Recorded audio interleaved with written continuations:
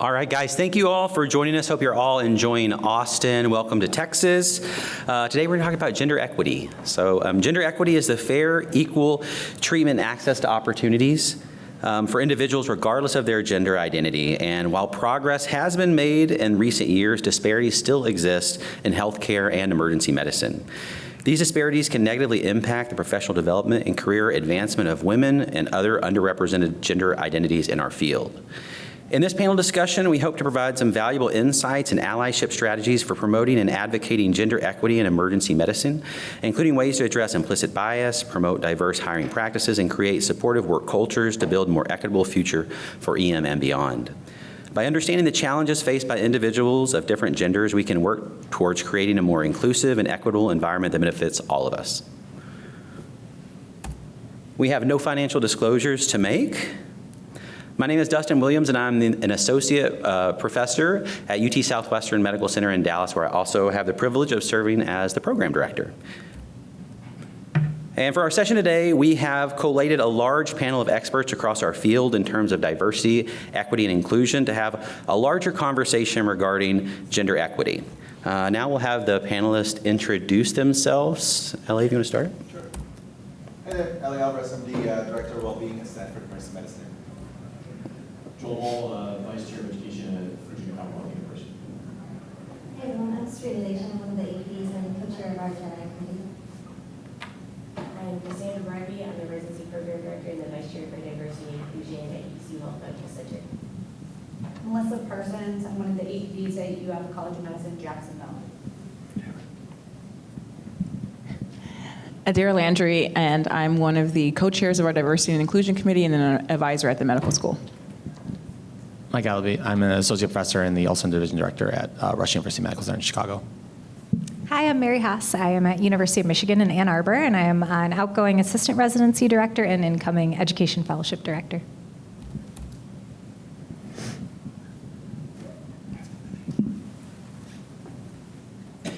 We're going to be very interactive for this talk. And so if you please either type in the he for she underscore SAEM23 or use the bit.ly or the QR code, and we will start the discussion. This way you can also add to the conversation. You can also ask questions there. Hopefully we can get to it, and then we can comment on it.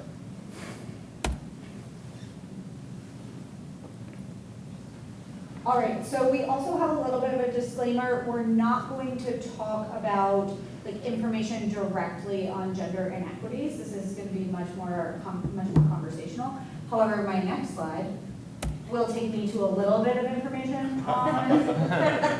I was laughing when we wrote this a while ago. Well, this does give you a little bit of information. So some things that we will accept as factual are there's a pay gap that exists in medicine. There's a leaky pipeline where we see people kind of falling out as we progress throughout the field.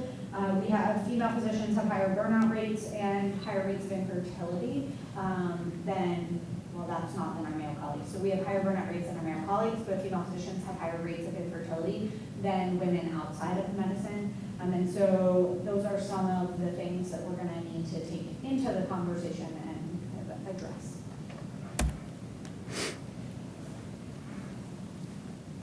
Oh yeah, that was the orientation. You just did it. We can skip this. Earn more time. All right, guys, now we're going to move on to a series of case scenarios that we think will really hit home for many of you. All of these can be common issues that we run into in our departments and in our programs, and these cases are meant to generate discussion. So please share your thoughts and experiences in addition to our expert commentary from our panel. We want to hear from you guys, so please add questions to our Google document with that QR link. All right, guys, our first scenario.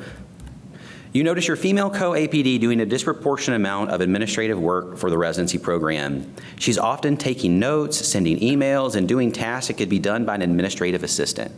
As faculty, you notice that she still has the assistant professor title, even though she's been with the institution longer than you. You wonder if these tasks keep her from other work that could lead to academic scholarship.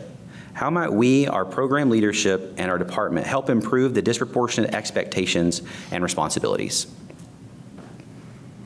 So again, use the QR code to input your questions, and I'll turn it over to Cassie. So most likely about me. I've been in the assistant professor role for I think 8 years now. That being said, I wasn't planning on being tenure track when I came in, so I was fixed term. I was going to live in that role, and then like 3 years in, I realized I could be tenure track faculty and like make some moves. So I'm really like 5 years into that, and I'll go up next year. But I think that one of the things that I really noticed when I made this switch was how many things I did that had nothing to do with promotion and tenure, like just none.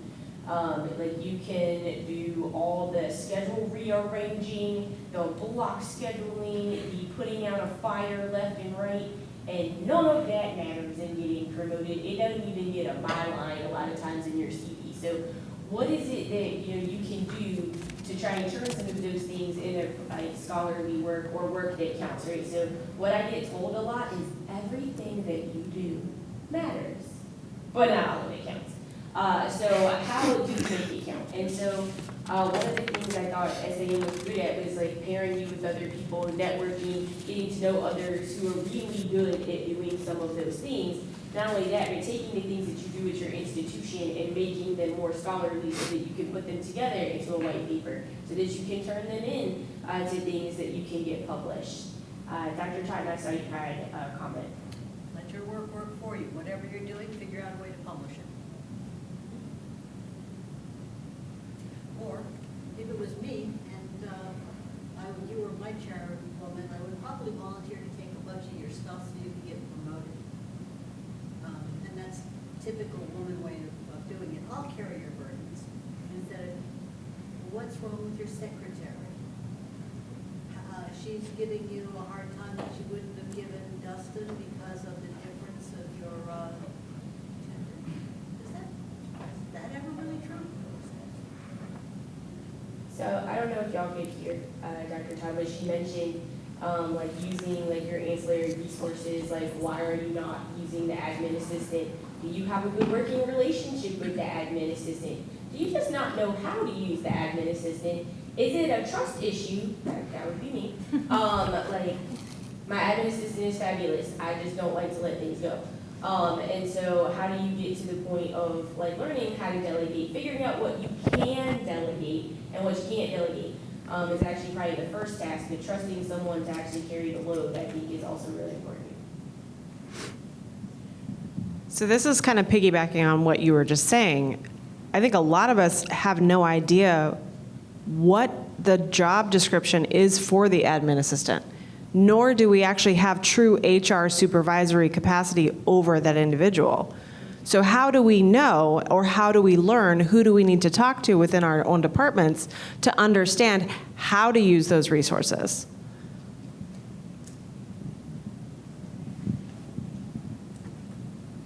So on an institutional level, like one of the things specifically having to do with that is not only knowing what the HR hierarchy in your department is, because I actually didn't know who our admin people report to. And I also at first didn't know that I had 2 different admin people. So like I have an admin person for being faculty, and then I have an admin person for the residency. That part I didn't know because that wasn't assigned.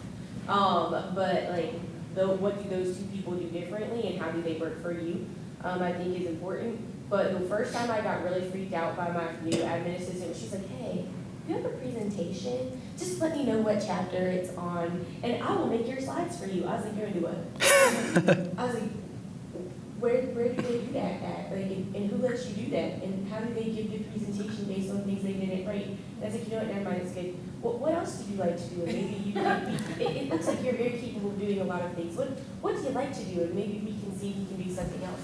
And so working to their strengths. The other thing I learned is they also can get sent for professional development. So if there's something that you need that you would like to not make your skill set, i.e. Canva, i.e. Scheduling, oh no, I don't know about that, but Calendly, running your calendar for you through things like that. The other one was DocuSign. Like a lot of the things you have to do with the residency, you need to sign off on this and that and make track all those things through DocuSign a lot easier. And you don't have to touch any of it, and you don't have to learn the software, and it is the most amazing thing. So like what is it that you can do that helps build their skill set, that's something they can add to their CV, but it also helps you?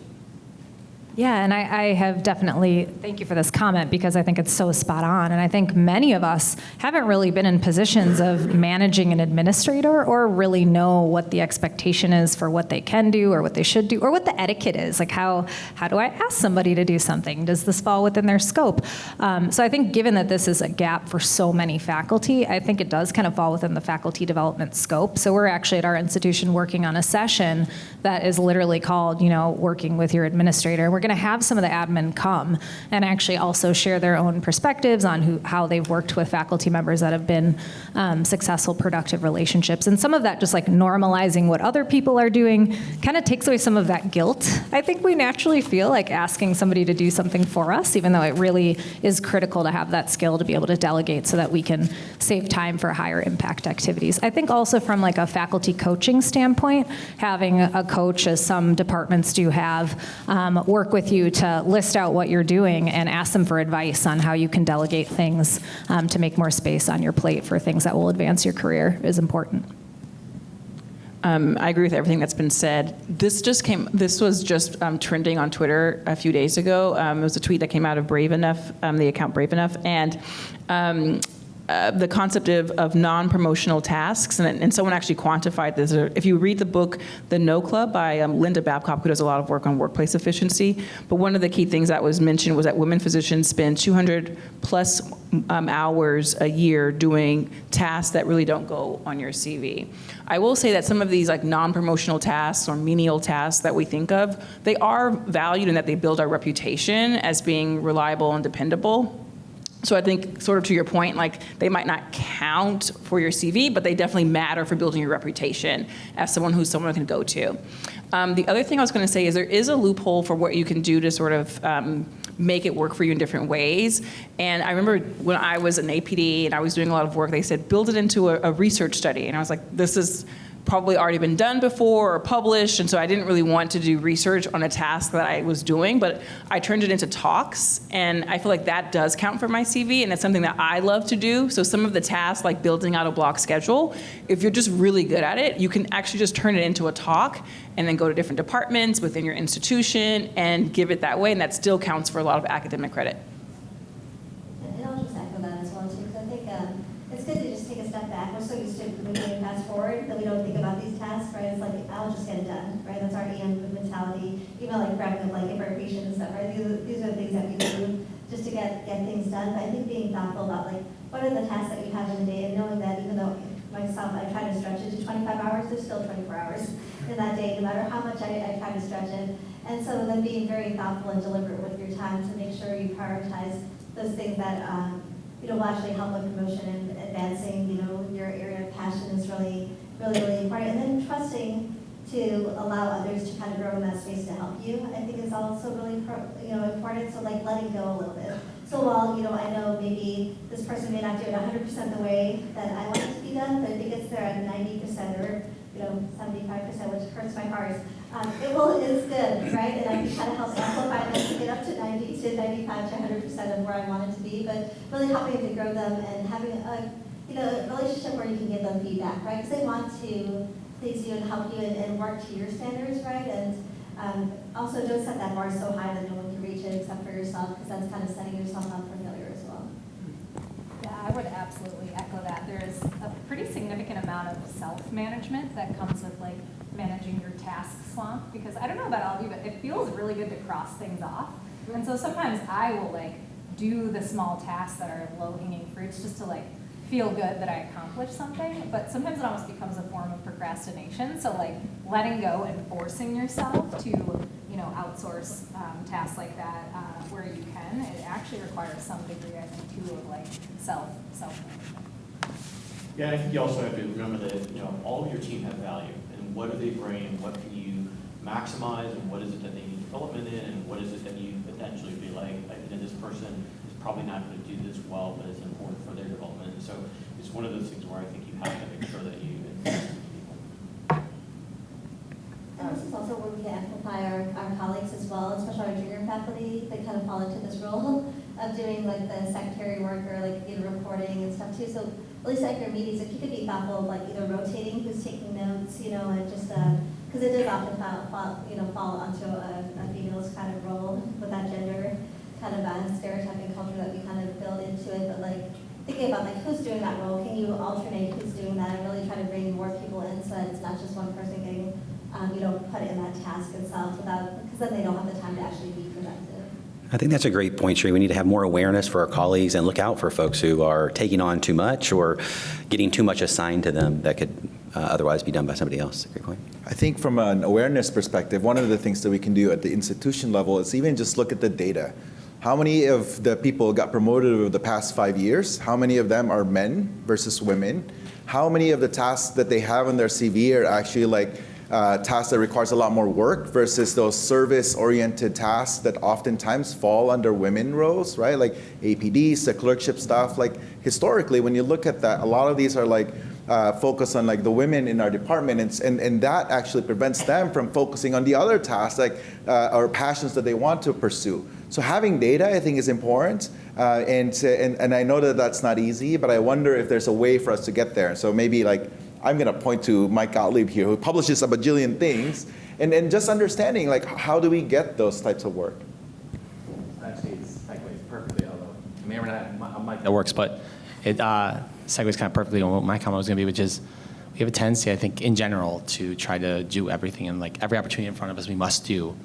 And I think it's also the comfort, particularly as a white male, of saying, I don't need to lead this, I don't need to do this, someone else can do this. Yes, I can do it, but I don't need to, and maybe someone else will do it. And like thoughtful sponsorship of opportunities when they arise, because, we all sit with various areas where we'll have areas of privilege, and being thoughtful, saying, yes, I'm getting this opportunity, but maybe it shouldn't be going to me, and being comfortable saying, maybe, like actively sponsoring out and seeking out those who need this opportunity, and even sometimes being comfortable just being the person behind the curtain, where you're mentoring them, helping them, making sure that they can succeed, but being comfortable with your name not being there.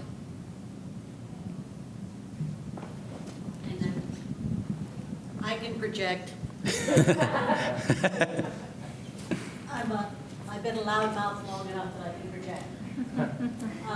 It sounds like everybody is talking about a place in which everybody is playing nice. Maybe it doesn't happen anymore, but what if you have an administrative assistant who's actively, smilingly undermining you? It sounds like that's not part of your scope of practice, and maybe that gets to the report or whatnot. I don't know the answer to this. There's a lot of these things that we're covering are dilemmas. Especially when you're not in there trying to. That's correct. chain of command. Yeah, that's correct. Again, I think the worst answer is just promote them to do something else so that you don't have to work with them. That's one way I've seen it in county hospitals. But I think, jokes aside, I think that happens. And unfortunately, there's also the bias that exists there, right? Like how many of our women colleagues are not treated the same by the nurses? And that's outside the purview of our control, right? And so having spaces to talk about it, right? So for me, in my role in the human potential team, I talk to the leaders in the administrative staff. I have them be part of the human potential team so that we can have an honest conversations about this. It does require that psychological safety, but a lot of the things that we're tackling has to apply for both ends. Because they also feel, from an administrative staff perspective, is that they're given a ton of tasks that they're not even trained to do. So if they're not trained to do it, it's easier. They've learned all these this ways of navigating. Maybe if I just smile, I don't have to do it. But I think from what I gathered from the question, we need to have those brave spaces to just confront it. Hey, I need this to happen. What do you need for me? What do you need in order to get that? And if it's skills, then use some funds to learn it. That's not in my scope of practice. And that's great. Then maybe we can hire other people that will have this scope of practice because we need to adapt. Dr. Wolf. Hey everybody, I'm Jeanette, and I study sex and gender, so I'm really passionate about this topic. And the one thing I would just offer, I think when we talk about leadership skills for women, we talk so much about how do we sit at the table with men, and we don't talk about leading other women. And whether we're on shift or whether you're doing your very important jobs, how do we teach a generation of women how to work and lead women? It's really, really important because how we communicate, the bottom line is we have to teach women to be more comfortable with being direct to other women in a way that's comfortable and safe. and finding the alignment of goals. I can do my job better if you do this. I want you to look great. How can I help you? In turn, this is what I need. Because we are very great at being indirect and hoping the person gets a message indirectly. We are not so great at saying, this isn't working. It's really awkward to talk about. I don't want to talk about it. I want to make it somebody else's problem, but I'm sick of being pissed off at you. I love that a lot, and I can imagine that several people in this room teeter in this role of, am I being assertive or am I automatically just called aggressive? When do I do something that is disruptive, that it's actually still seen as value added, versus now you have to worry about HR stuff because of raising some concerns? So I think this is something we've touched on in our residency quite a bit, because actually if we look at the literature, for those of us that are female educators in the room, our evals may be worse than our male colleagues for giving similar feedback to both male and female medical students or male and female trainees, because it's from residents and students, right?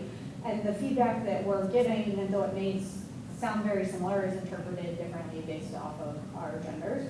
And that actually can be one of the things that impacts our promotion negatively, right? So when we see this leadership gap and a promotion gap between genders, one of the things we really have to be cognizant of, and we've really pushed at our institution for our educational affairs office to look at this, is the gender gap that we see in evals coming from our learners. And that's something we talk to our learners about and say, hey, like, y'all, like, this is a checks and balances system, right? Are we expecting something different than you? Because we know that our learners get discordant feedback based on their gender. And are they expecting something different from us?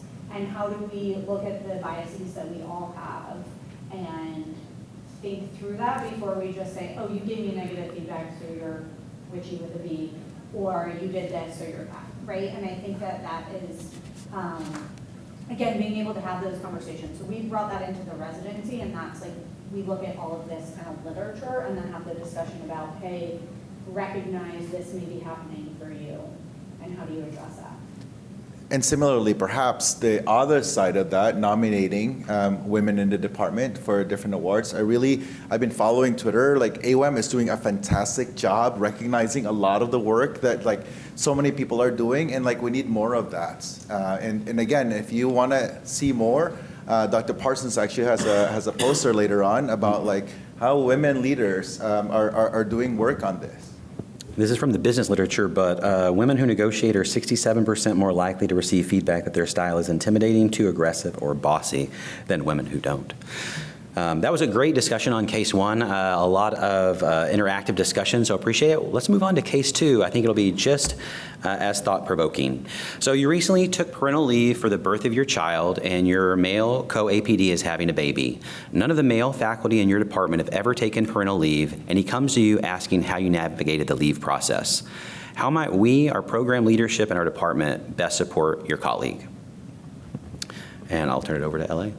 I can start with this one. I think the language here really is important, right? Calling it maternity leave is not really helpful, because then it focuses on just women taking the leave, which then adds to that like extra burden of they're cutting up their hours, they're not going to get provided with opportunities during their leave because people are worried that they're going to have more tasks, and all of these things that ultimately just affect their promotion and their advancements. So I think language choosing, calling it parental leave is important.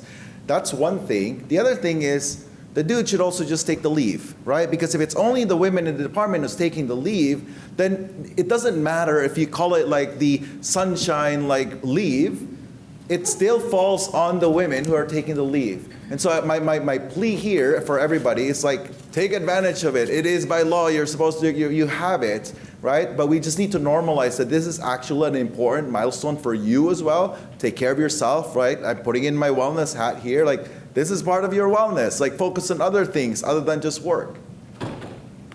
Yeah, so I think that this is one of the ways that we as women can support our male colleagues significantly, but also men taking leave is supporting our female colleagues and normalizing, like, we all take leave, and honestly using family leave. So if you're an adoptive parent taking family leave, if you are, maybe not having children at all, but taking family leave to take care of an ailing parent, things like that, right? There are all times in our career where we may need leave. And so, you know, making it not, my dad tells a story, he's a physician, that when he bought his practice, he was told not to hire anybody who hadn't had a hysterectomy or an appendectomy. So this is obviously a long time ago, right? But like, how do we change that where having me as an employee isn't a liability? And I think it's that we all become that liability, right? We totally normalize that. If you want to look at the data for fathers and men specifically taking leave, like men taking paternity leave, to use like the old school term, actually has better outcomes for kids, has moms make more money when they return to work and they don't suffer the drop in pay, the pay gap that comes with taking maternity leave as much when males take leave. There is a better balance or equilibrium of homework, meaning like labor that happens at home. Men actually take more of that, which allows those of us that are working in the workplace to do more work in the workplace. Right, so equality at home is actually probably the most important thing we can do to get equality in the workplace. And then actually maternal well-being improves and postpartum depression decreases, right? So like, you're not only helping your spouse by taking leave, right, but we're actually changing what the face of like leave for all of us looks like and decreasing the stereotypes against women taking leave. Update your policies. If you haven't reviewed those, look at the language. Make sure that's reflective of a parental leave policy. Also includes non-birthing parents, foster parents as well. Do you guys have a good way to advocate that like the male leave and female leave should not be different? Because I feel like I see that frequently.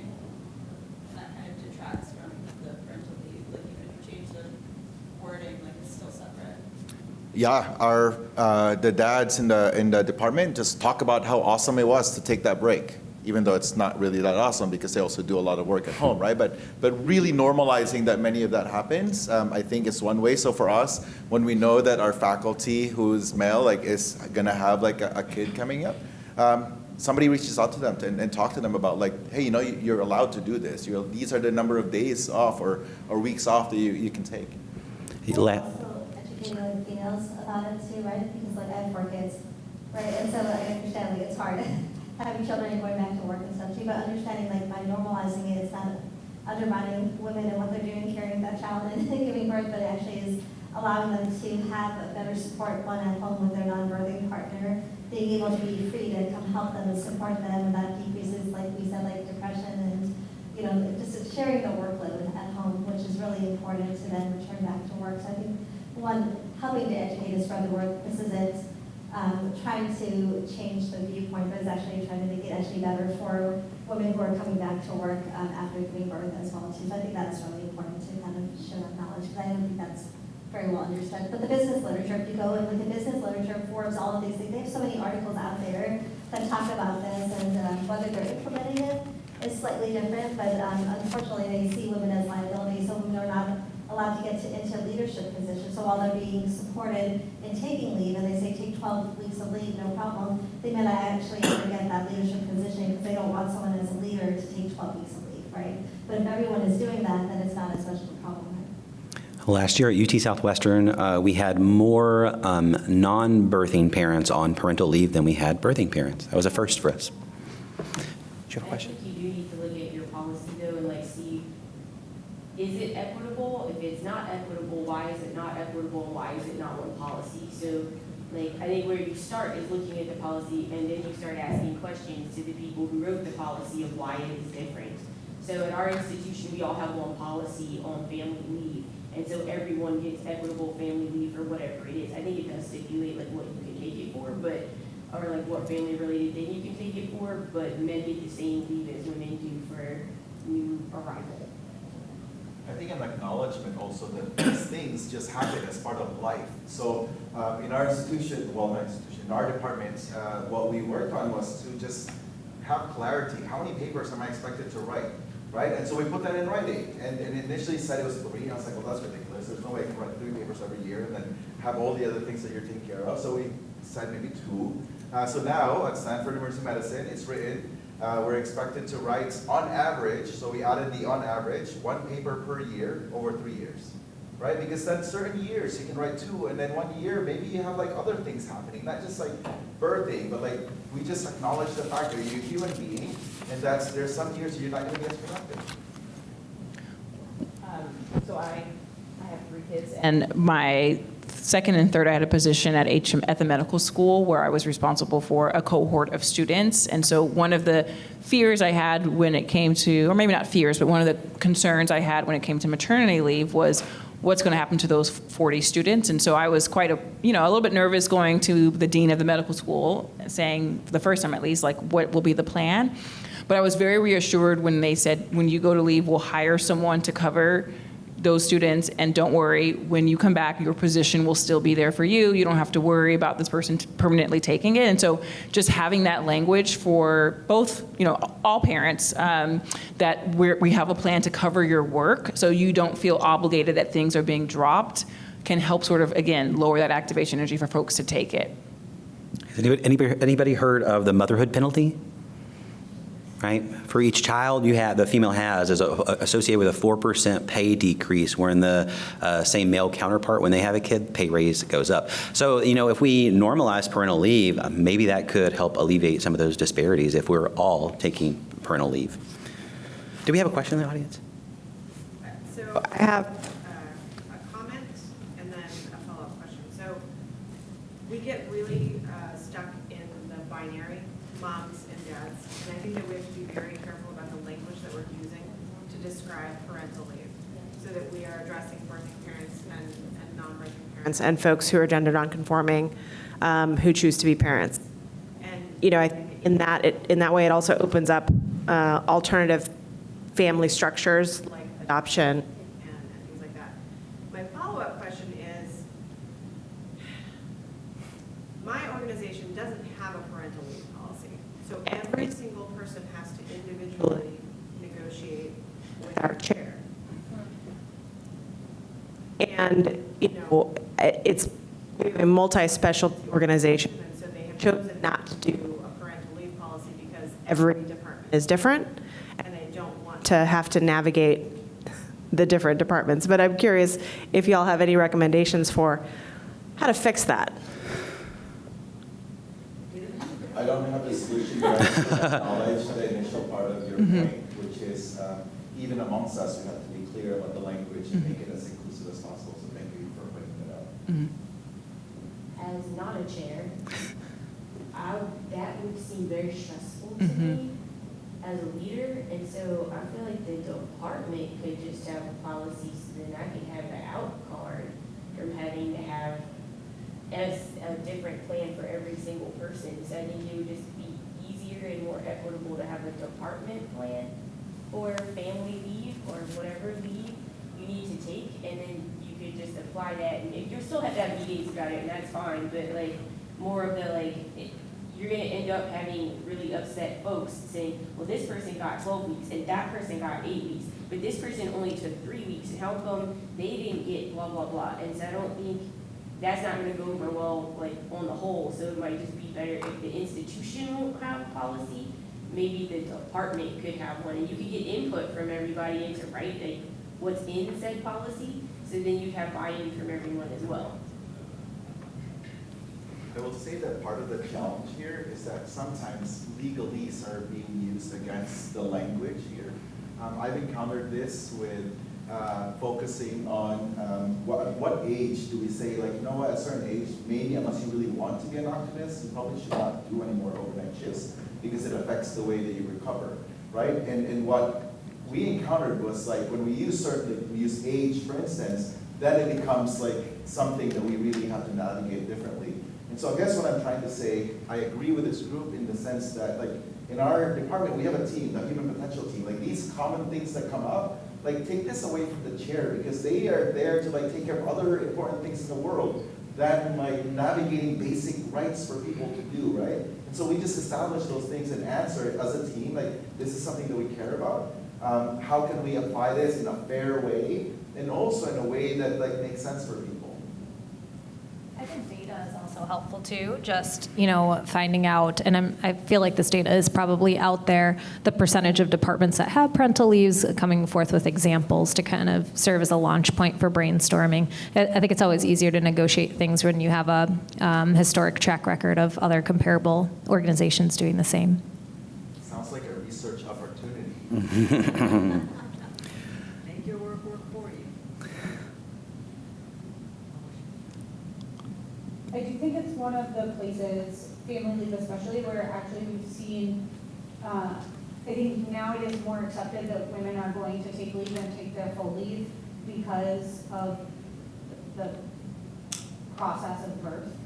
And I think that there probably is, at least I have seen, there's more negative stigma that is relayed towards our male counterparts who also want to take that time. But I think we really need to be advocates for them and support them in that endeavor, right? Because that helps all of us in the room. And so there is a financial burden that comes with this. And we just implemented a policy at our institution where everybody can take leave. So there are financial implications of this, but if we're all doing it and we support our male colleagues, I think our male colleagues actually get more pushback right now for wanting to take a full 12 weeks of leave or whatever is considered a full leave at their institution. And so being cognizant of that and trying to support them through that, I think, was really our goal from talking about this. Great discussion and take-home points. Now we're going to move on to case number 3. It's going to be just as interactive. So your clerkship director's elderly mother moved in with her and her family during the COVID-19 pandemic. She shared that she's now balancing demands at home, caring for her mother and her 2 children, and she shared with you her plans to step back from her role as clerkship director and maybe lowering her FTE clinically.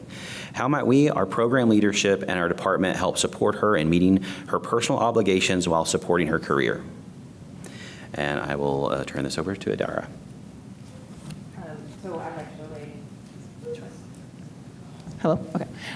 So I have been in this situation in some regards with just having sick relatives while also having leadership roles. And I would say the first thing is asking actually what the person wants and leading with the individual and not what you think they need. And I think, from a personal experience, that sort of was where the conversation went, maybe not as ideally, in that there were a lot of assumptions that, because this is happening, we're going to pull you from everything. We're not going to give you anything else on your plates. And I didn't really want that. I wanted probably more support. Like, how can I have extra funding for childcare, or how could I potentially have someone who's taking part of my tasks away and doing some of the other tasks? So I think the biggest thing for me from a personal standpoint was really allowing that person to express all of the considerations and all of the options that they had sort of thought about before they even met with you or someone else first, before we go into the solutions, because it's very easy for us to try to fix these sorts of problems and answer, and a lot of people have their own ideas. So that's probably the first thing that I would say for this topic. I would say I also had a very similar situation when, unfortunately, life happened, right? And you can't control the timing. So when my mom developed Alzheimer's and my dad had to move down, it was at the time I was most involved with SAEM, most involved with my career. And so I was fortunate I was able to help. But there was this bit of a hidden curriculum, for lack of a better term, of you kind of suck it up and do it, as opposed to, hey, what is this person going through? How can we be supportive? What are their institutional resources? If they're institutional resources, or just kind of being a good person, right? I mean, in the sense that if you have a resident who's not doing well, or medical students who are not doing well, often the first question we have is, is everything okay at home? What's everything going? So when you see your colleagues are stressed, I think it's incumbent upon us, regardless of their gender, and certainly gender makes it very much tainted one way or the other, to make sure that they're okay and how can we help them. I think that's a really long way. I'll just echo as well too. I definitely agree. We are altruistic specialty, right? We want to help other people in readying, so sometimes we leave them out of the conversation, which is so important. We don't know what their bandwidth looks like and what support really looks like to that person. And I know this from experience in having 4 kids. The thing I hear the most is you're so busy. And in my life, I live on fast forward, so I'm like, I'm busy, right? right? Because in my mind, that's not how it feels. And so I think, but people, they don't want to, I can see the same scenario. You have to think of a way to re-engage them again, right? If they needed a little time to step back, that doesn't mean that for the rest of their career they don't want to be involved and engaged, right? So figure out what does it look like for them to be supported, and to what measure do they want to be involved, and allow them to kind of get involved with it as much as their bandwidth will allow. And then when they're able to lean back in again, allow them to do that as well too. But I think sometimes we make it so black and white. We make it so black and white where you either have to lean out or lean in, right? Instead of saying like there's a big base element for each person is so different, and really understanding what does that look like for that person, and then supporting them in that space. Both any type of leave at all, parental leave, family leave, personal leave as well too. I think we just need to be thoughtful. We know that mental health also is very much a pandemic in our world that we're not acknowledging as well. So recognizing how we can support each other is important. I'm a residency program director, and I tell my residents that, life doesn't stop for residency. It doesn't pause. There's, births and deaths and all those other things. I agree with what Adaira said is, figure out what they need. One of the most challenging things is, sometimes when people are going through something really hard, they don't know what they want and they don't know what they need. And sometimes they need even more help with that. So I don't know. My thought is sometimes a social worker, right? We're physicians, but we're not used to coordinating home health and all those other resources that can sometimes be a resource, maybe to this faculty, maybe to that resident, maybe a social worker. Yeah, and I think we have to also make sure that people understand it's, the person who's going through it is often going to have the fear that if they step back, their career's off track, right? And they need assurance from each other, they need assurance from the leadership and from the institution that they understand that this is something that people go through. Because I know that was one thing that I went through when I had that experience is like, if I step back from this, I'm never going to recover. And that was a really disabling kind of feeling. I think you also have to take the onus off of them of what happens after if they decide to step back, like what happens after that. So it's not their job to find a replacement. It's not they're going to have to hand off some stuff, but it's not their job to figure out who's going to fill that role. I mean, that's boss's job, however, if your institution is set up. Because I think one of the hardest parts of trying to step back is, like, I will lose my mind trying to figure out, well, if I step down from being this advisor, well, then who's going to take this over? And I don't have anybody in the wings who knows all the things. And it took me 2 years to step down from something that I needed to let go because I was too stressed out trying to figure out how to get someone else to cover it. And it took that long for me to realize that that's actually not my job. And so when you have a lot of things going on in the background, the last thing you need is more things that really aren't worth getting stressed out about. Which I think gets us to succession planning earlier on, right? It's hard when you're trying your best to just get to the next level, and then finally you get there. A lot of life things happen, and then you're trying to also enjoy that role. I think it's also just important to, I think a lot of the people in this room are big on the sponsorship and really helping people get to that next level. That's number one. And number two, I just want to highlight here that this is almost similar conversation that we did when we talked about having kids, for instance, birthing. Right? And I think in some ways, I hope that people are realizing that we are now part of the sandwich generation. Like many of us will be in that role where you're going to be taking care of younger kids and also taking care of parents that are going to be aging, or family members who are aging, or family members who are getting sick, or kids who are getting sick. And we need to just figure out a way to use the same language for both generations so that it's simpler, right? As opposed to, if you have this, well, if it's kids related, maybe you get 5 days off, but if it's family related, you only get 2 days off. There's a question. I guess it's a bit more of a comment. So I would just try to discourage comparing. I would try to discourage comparing our colleagues. So, for example, somebody has 4 kids, but they still chair all the committees and didn't take a step back from their careers, and then we compare to our colleague who has 2 kids, and they did take those steps back in their career, potentially short-term or long-term, and just not shaming those individuals who do have to take breaks, and we don't understand all the other things that are going on in their lives. So those are a couple of things that I'm trying to be mindful of. That's a really great point, thank you. I think one of the things I learned with my residents, and as we deal with all of the different things that happen in their lives while they're part of residency, is also not making the assumption, kind of everybody has said, that we know what they need. We're talking a lot about needing leave, but a lot of my residents are like, please leave me on the schedule. Like, I would rather work right now, and like, I feel normal. If I'm at work, don't take that away from me, because then I like have to actually deal with what I'm going through, which LA would tell me that's probably not the best from a wellness standpoint, right? But like, as somebody who went through a divorce while working, like I worked extra. It was like my best coping skill. Like, let me go to work and feel like I'm really good at something right now. And so just making sure that we know, like, is this, like, what that person wants and needs is probably more important than checking our, like, we really have to check our assumptions as we step into that role. As you're a leader, check in with your people. You never know what people are dealing with. So for the record, I actually completely agree with you, because there are things that we choose to do that fill our cup.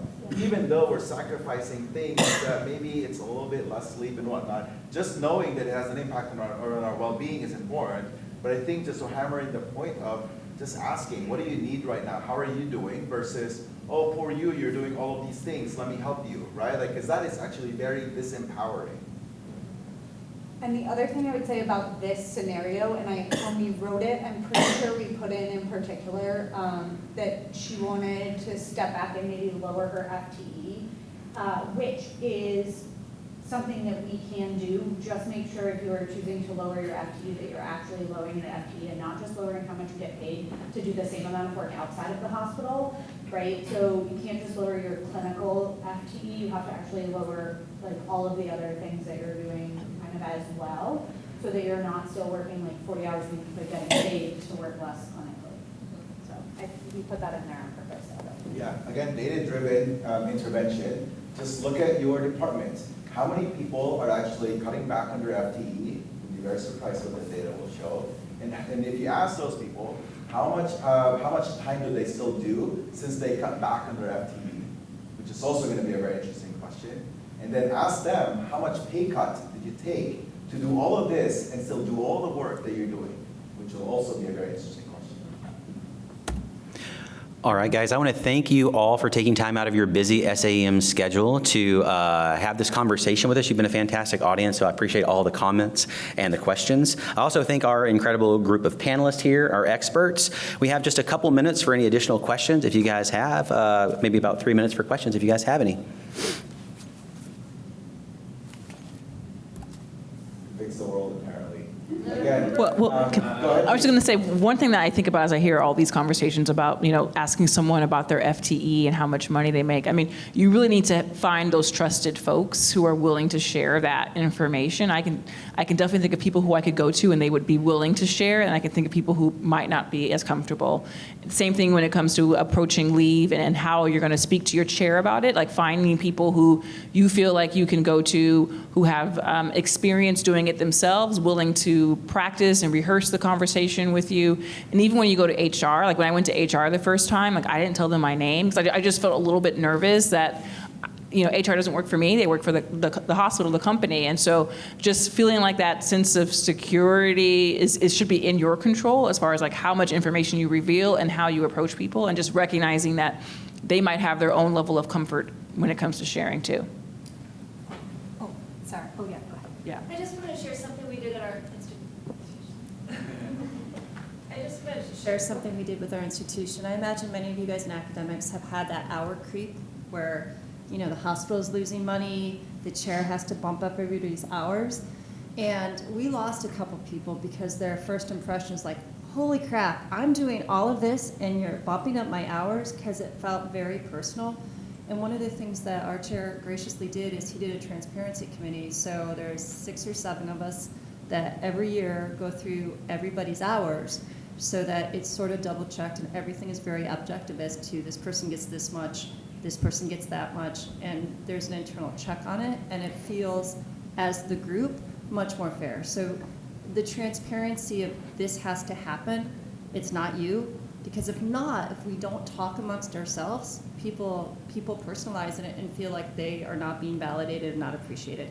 And the only other question I want to say about what the person needs is what can you share with other people? Because a very good friend of mine recently got hurt at work, got kicked by a psych patient, missed some work, had to do workers' comp for that part that they were off, made less that week after she got injured at work from a violent patient, And people appropriately said, hey, what do you need? Or they appropriately said, we're going to do this for you, workers' comp, blah, blah, blah. But they didn't ask her what she needed, and they didn't ask if we can share it with other people. So a bunch of other people in the department never knew this happened to the person. So we couldn't swoop in and say, wow, that totally sucked. What can we do for you?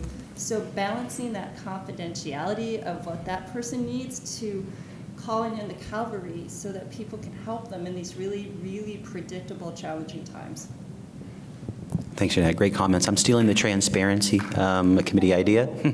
Yeah, I love that. Along those lines, I wanted to share something we're doing in our department. We recently created a funded position for Director of Gender Equity to investigate issues that impact gender equity in our department, both from the resident level and the faculty level. And it's been an ongoing thing, but I think it's done a good job in demonstrating the department's commitment to these issues. And it's been nice to have a champion who is getting supported to be a champion to do this work. So something that you might want to consider taking back to your departments. All right, thanks everyone. If you want to continue the conversation, please come up and say hi to us. Otherwise, enjoy the rest of your time here in Austin and SAM.